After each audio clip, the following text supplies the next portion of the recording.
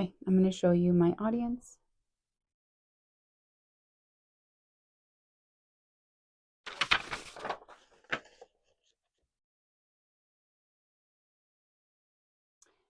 There is a saying in Spanish, la semilla no cae muy lejos del costal. The seed does not fall too far from the sack. Before we go into detail if I agree or disagree with the saying, let me tell you a bit about myself and how I became really good friends with Mr. Arthur. I am 34, a mother of three. Their ages range from 7 to 17. And yes, I was a teen mom. I am happily married and have two dogs. I come from an immigrant family. To be specific, we are from Mexico, where customs and culture and religion outline your life. Growing up, my family was a devoted Christian household, and my parents still are. So I grew up with a lot of rules, restrictions, and I could not choose my friends, to say the least. But that is not too important. What does tell you more about who I am is that I have a full time job, full time mom, student, soccer coach, and wife. Oh, and not to forget, I run a small landscaping business with my husband, and I feel like an octopus. I love to be involved in the community and advocate as much as I can for the Latino population. I understand what it is to have a language barrier. I started translating when I was 5 years old. Before I move on to tell you how I became good friends with Mr. Arthur, I need you to know that I tend to go on and on with stories, but I will get to the point with this one. I would help my dad work during summer vacation. Back then, I was able to wake up at 5 a.m. with no issue. I'm the middle child of three sisters, a tomboy growing up, and I like to get dirty and enjoyed my time with my dad. He was my hero, and he still is. When I was 8 years old, I remember going to work on this hot summer day. I was already sweating when I got off the truck, and hence there was no electrical windows back then. And when I heard an old grumpy voice shout, "Get off my property," I was shocked, and I looked at my dad, trying to see or reassure myself.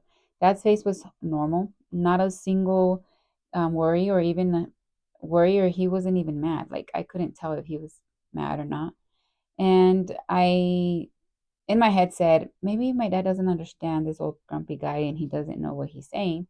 So I chose to tell my dad, and he just nodded up and down and said, "Don't worry, he will be fine." Imagine being 8 years old and frightened. I really felt like I needed to explain to my dad, "No, dad, he is mad. We need to leave."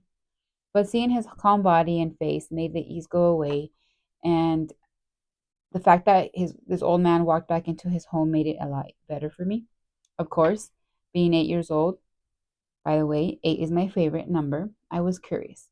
After a few weeks on the same job, I noticed this grumpy man coming out with a mug, with his pipe. He looked like Popeye. I actually thought he looked pretty cool, but he no longer shouted, and he would just stare at me, and I would stare at him. My mom packed us lunch every day, and we always had some sort of pastry for the ride to work, like a concha, a Mexican bread, sweet. My favorite, for sure. And I would tell my mom, "Hey, mom, pack me an extra for this grumpy man." And I wouldn't give it to him because I wasn't ready for that. But one day, I got the courage to do it. So when I was, stepping up the steps, as soon as I got to the last step, this guy opened up window and he looked at me. And I really thought in my eyes, "Wow, you're like an owl. You see everything." I froze, and all I could do was stretch my arm and offer the pastry to him. The gesture caught him off guard for sure. His eyes were getting watery and his body language changed. I could tell, his shoulders were always stiff, but his shoulders dropped. And I was not afraid anymore. I felt that. So I introduced myself. He told me to sit. We started talking, and I enjoyed the view of my dad's creation across the street, getting paid for watching. What else can I ask for, right?